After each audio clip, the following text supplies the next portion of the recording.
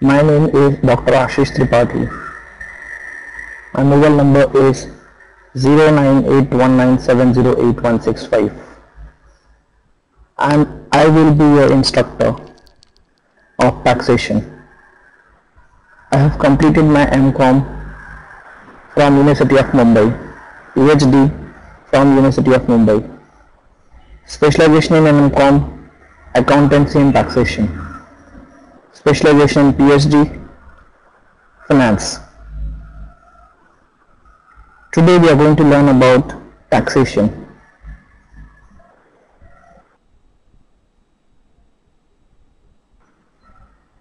All those persons who earns income are supposed to pay tax. So let us have some information about taxation. There are two types of taxation, direct taxation and indirect taxation. Let us understand what is direct taxation. The tax which we pay directly to the government from our pocket is termed as direct taxation. Example of direct taxation: the tax which you pay on salary, the tax which you pay on house property, the tax which you pay on capital gain are the examples of direct taxation. Let us understand about indirect taxation. What is indirect taxation? The tax which we pay from our pocket to the government indirectly is termed as indirect taxation. Examples of indirect taxation, like you pay service tax, that becomes indirect taxation. Why we say indirect taxation? Because we never pay directly to the government. We pay via somebody. I'll give you an example. Say if I am teaching you, definitely I am providing service to you. So I am supposed to pay service tax. But what we do, we collect from the customer and then we pay to the government. So on that basis, customers are supposed to pay service tax via service provider to the government. That becomes indirect taxation. The tax which you pay on your telephone bill is service tax. So you pay via service provider. So that becomes indirect taxation. What exactly is direct taxation? The tax which we pay directly to the government from our pocket is direct taxation. What is indirect taxation? The tax which we pay indirectly to the government from our pocket is termed as indirect taxation.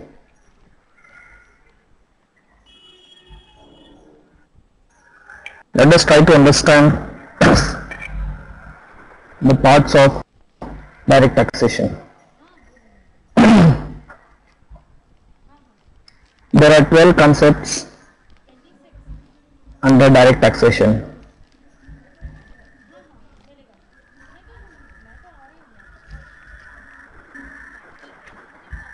I'll explain you each and every concept in short. First is definition. What we are going to learn in this is all the basic concepts which we are supposed to use under direct taxation. I'll give you an example, like the person who pays tax is termed as SSE, ASS, ESS, EE. So this is one definition of direct taxation. If you ask anybody, they don't have knowledge of taxation, that the person who pays tax to whom what to be termed. Layman will say taxpayer. But if you have knowledge of taxation, if you have taken information, if you have studied taxation, you might be knowing the person who pays tax is termed as tax, or the taxpayer is termed as assessee. So like assessee, there are so many definitions that we are going to learn in this concept, like person, assessee, assessment year, previous year, several different categories of person: individual, Hindu undivided family, company, association of person, body of individual, local authority, artificial juridical person. All these things we are going to learn in this definition. Next comes the residential status. What we are going to learn in this? We are going to learn about resident of India or non-resident of India. How a person becomes resident of India or non-resident of India as per Income Tax Act 1961.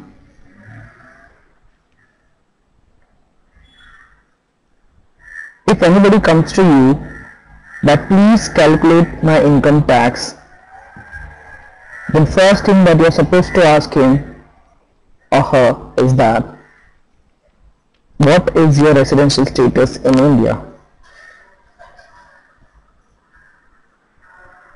Now why this is required? In case of non-resident Indian, you are not supposed to pay tax on foreign income. In fact, you are not supposed to pay tax in India if you are NRI. On which income? On foreign income. So definitely the total tax or total taxable income of resident of India or non-resident of India will differ. So until and unless you know whether an individual or a person is resident of India or non-resident of India, you won't be calculate the total income, total taxable income. So this could be your first step to calculate income tax.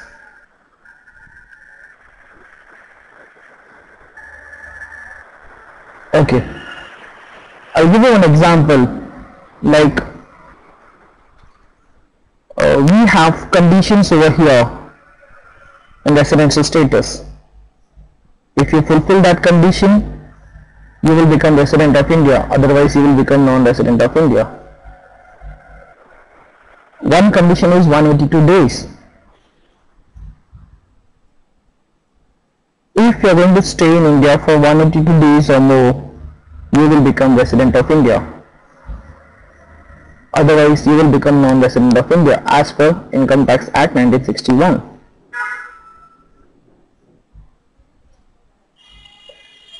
So, like this we are going to learn all the concepts under residential status. In short, what exactly we are going to learn in this residential status? We are going to learn how a person becomes resident of India or non-resident of India as per Income Tax Act 1961. As I told you, why this is required? Because the amount of tax will differ in case of resident of India as well as non-resident of India.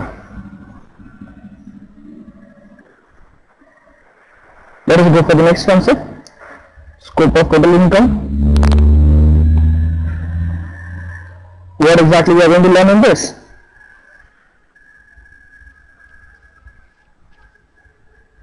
If you become resident of India, what will be your taxable income on which you are supposed to pay tax? Or if you become non-resident of India, what will be your taxable income on which you are supposed to pay tax?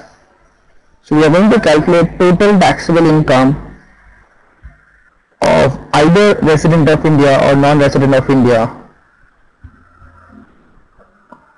in this particular concept.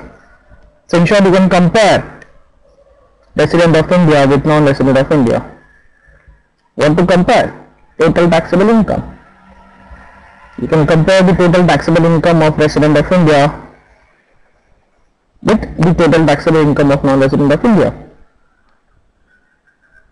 From where you will come to know whether a person is resident of India or non-resident of India? From his residency status. From this concept you will come to know whether the particular person is resident of India or non-resident of India. So based on that you are supposed to calculate the total income, total taxable income on which they are supposed to pay tax. Let us go for the next concept. Exempt income, section 10. What exactly we are going to learn in this? We are going to learn all those income on which you are not supposed to pay tax under section 10 as per Income Tax Act 1961. Again, awareness of this is very much important for you, because you should know on which income you are not supposed to pay tax under section 10. So all this income on which you are not supposed to pay tax are termed as exempt income, or you can say non-taxable income. All this income are exempted under section 10. One example of this is an Indian agriculture income. If you got an Indian agricultural income, you are not supposed to pay tax on that. It is exempted under section 10.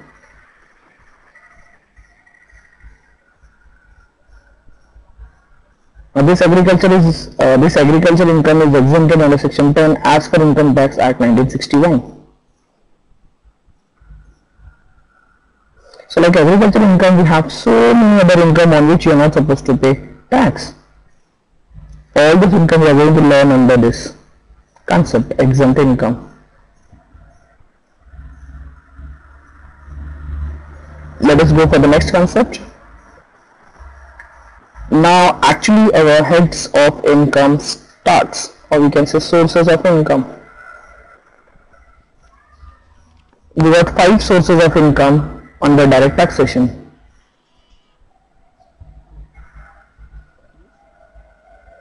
First is income from salary, second income from house property, third profit and gain of business or profession, or you can say income from business or profession, fourth income from capital gain, fifth income from other sources. So whatever income you are going to earn or you have earned, you are supposed to bifurcate into 5.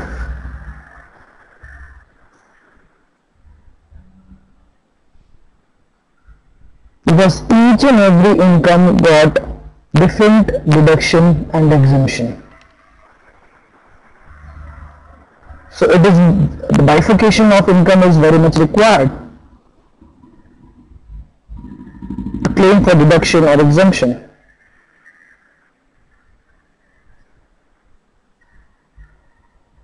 So we have 5 sources of income: income from salary, house property, business or profession, capital gain, other sources. Let us understand what income or which type of income we are supposed to put under the head income from salary. All those income where you have employer-employee relationship are supposed to be transferred under the head income from salary. Like the person who is giving income is an employer and the person who is taking income is an employee. So it becomes income from salary for an employee. So all those income where you have employer-employee relationship will come under this head, income from salary. Let us go for the next income, income from house property.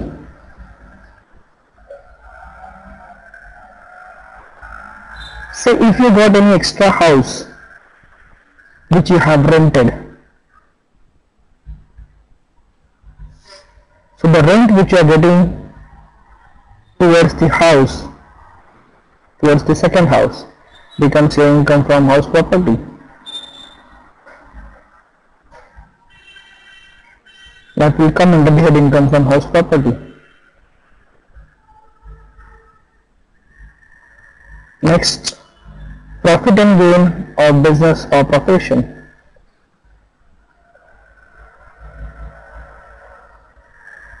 If you got a business, sole trading business, definitely you are going to earn profit. So you are supposed to pay tax on the profit, and that will come under the head profit and gain of business or profession. Or if you are professional, say if you are a doctor, lawyer, chartered accountant, and you got your own practicing firm, so there also you are going to earn surplus or profit on which you are supposed to pay tax.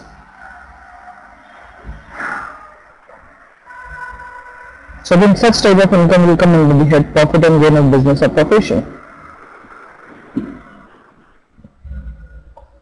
Let us go for the next, income from capital gain.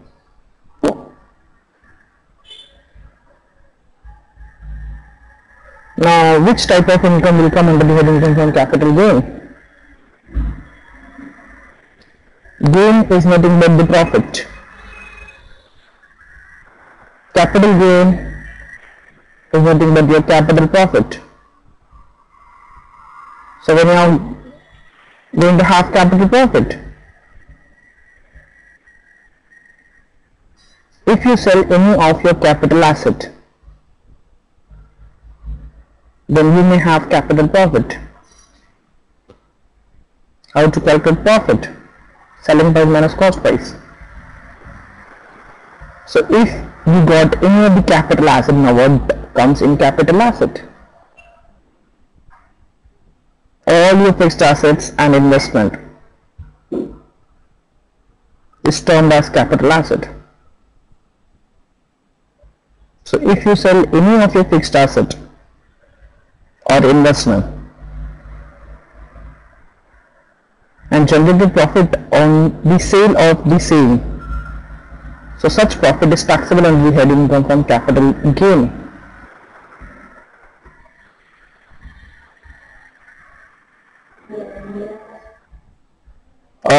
Might be the house in which you are staying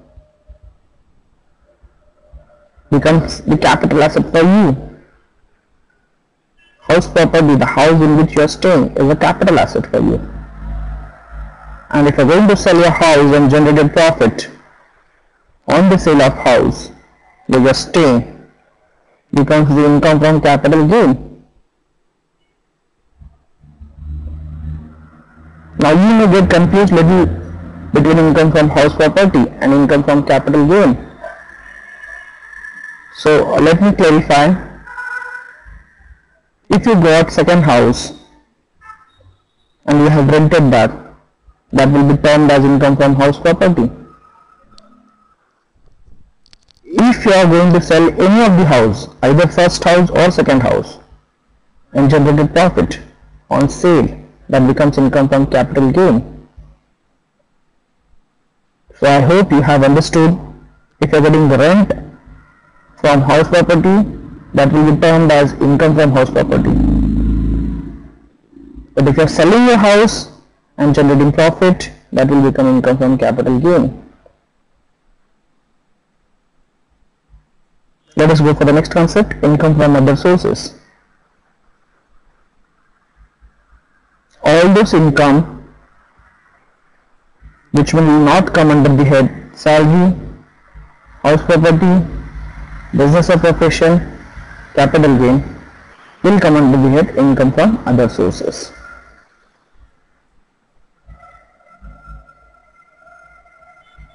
Example, say if you are getting lottery, can you say income from salary?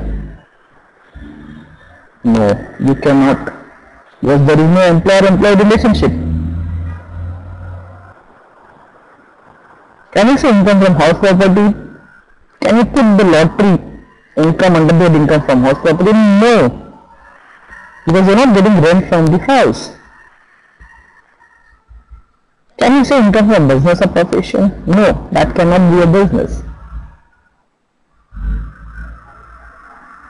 Can you say income from capital gain? Not possible, because you are not selling any of your asset. You are getting lottery. So such type of income will come under the head income from other sources.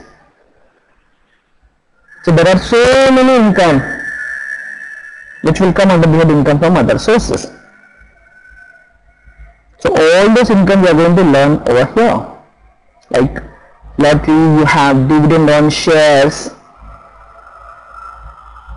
If you are going to win KBC, Kaun Banega Crorepati. If you are going to win in Big Boss. All those income will come under the head income from other sources. So these are the 5 incomes that we have under direct taxation. One is salary, house property, business, capital gain and other sources.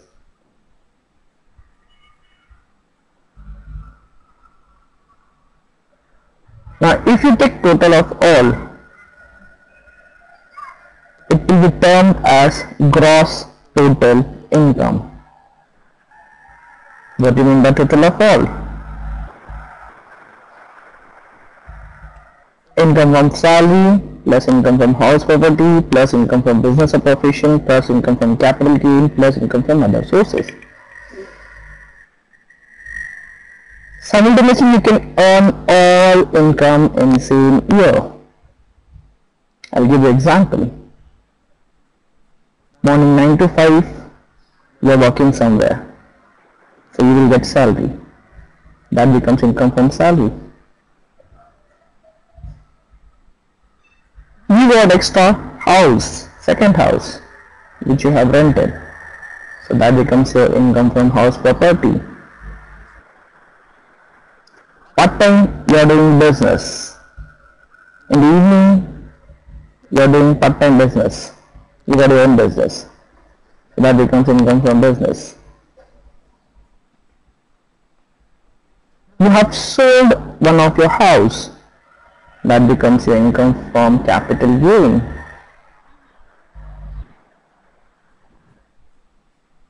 And you got lottery. That becomes income from other sources.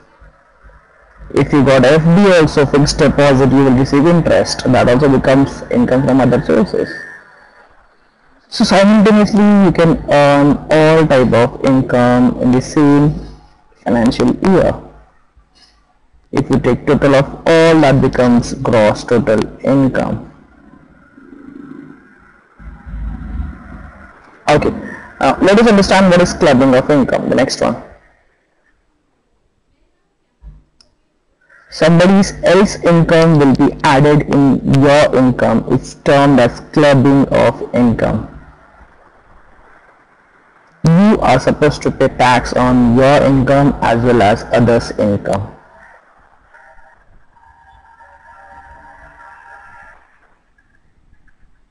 I'll give you one good example for this. Suppose if you got a baby, recently born baby, and you have taken FD on his or her name, fixed deposit. You have invested some amount as FD, fixed deposit, on the name of your baby. So definitely from next year, baby is going to earn interest, income on FD. Baby don't know what is income, so how baby will pay tax? So such type of income will be clubbed in the income of the parents. That means in your income.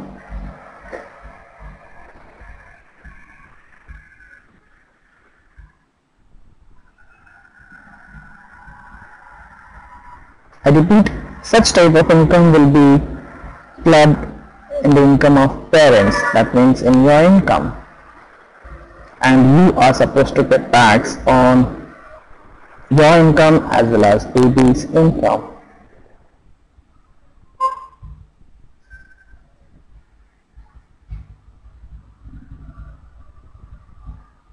Okay, let us go for the next one, deduction under chapter 6A, 80C to 80U. Now this is very important because this is the place where you can see your income tax. You can do your tax planning. Now what is this? This is the benefit given by the government to the SSC. What kind of benefit?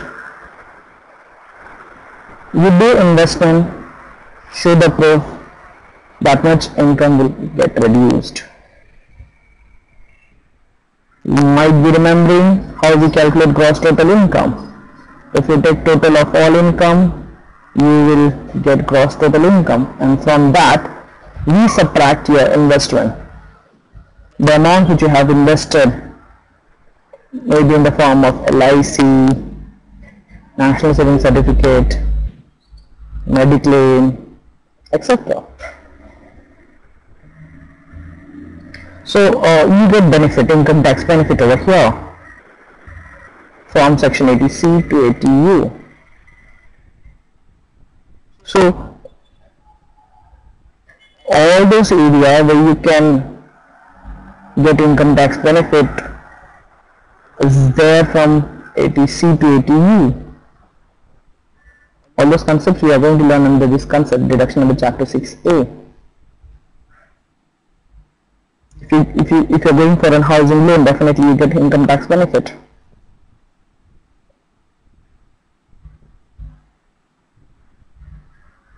So if you are going for a housing loan, the principal amount whatever you pay in the financial year, you get benefit under section 80C, and the interest component whatever you pay, you get benefit under section 24, that is income from house property.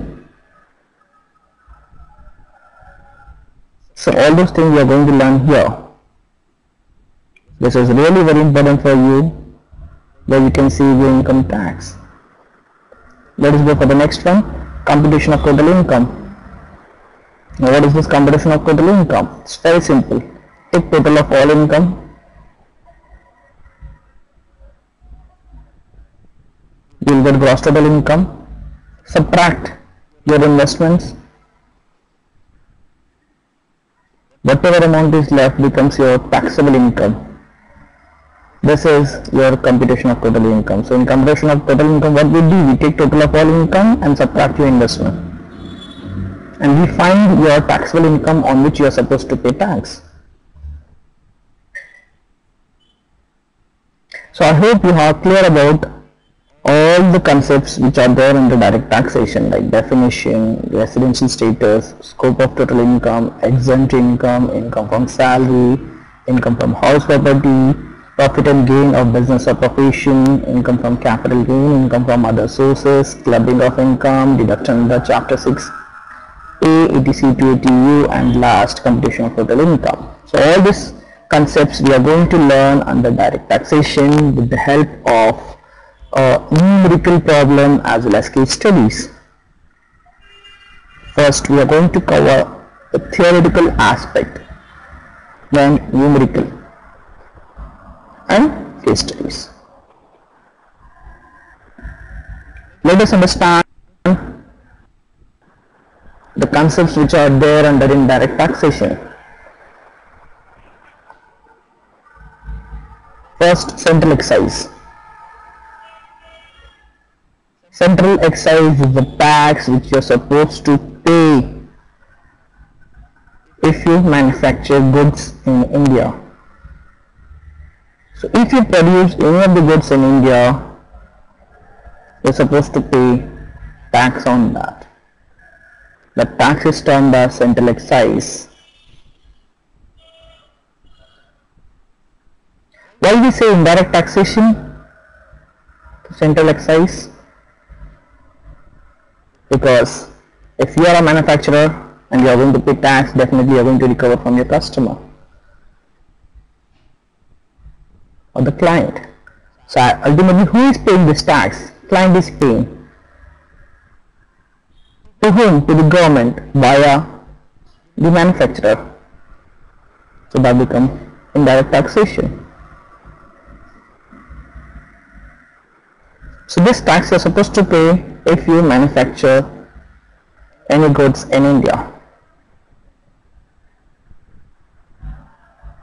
Next, Maharashtra value added tax, or you can say value added tax. As I'm in Mumbai, I got Maharashtra value added tax. For each and every state, we got different VAT. So here we are going to learn about value added tax. Now what is this? If you are a dealer, then you are supposed to pay VAT on purchase of goods as well as on sale of goods. But if you are an authorized dealer, you get set off on purchase of goods against sale of goods.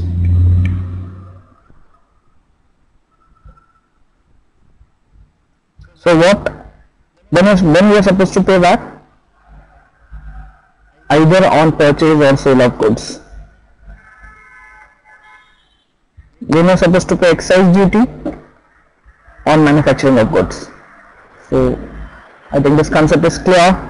On manufacturing, you are supposed to pay excise. On purchase or sale, you are supposed to pay VAT.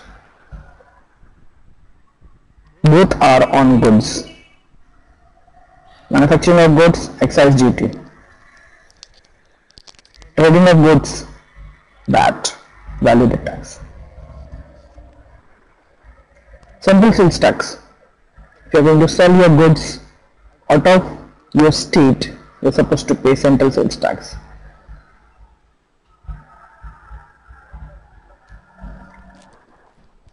Service tax. I give you the example of service tax. Say I am teaching you, definitely I am not selling any goods, I am providing you service.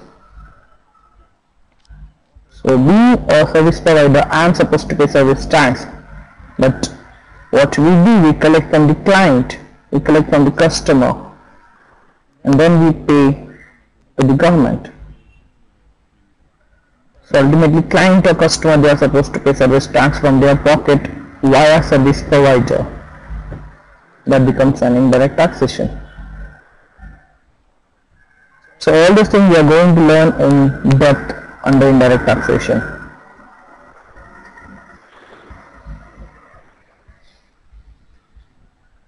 So if you are really interested to learn about direct taxation or indirect taxation, you can enroll this course. If you got any query, 24/7 you can call me. This is my number. My name is Dr. Ashish Tripathi. 0981970865. Thank you for your patience. Goodbye.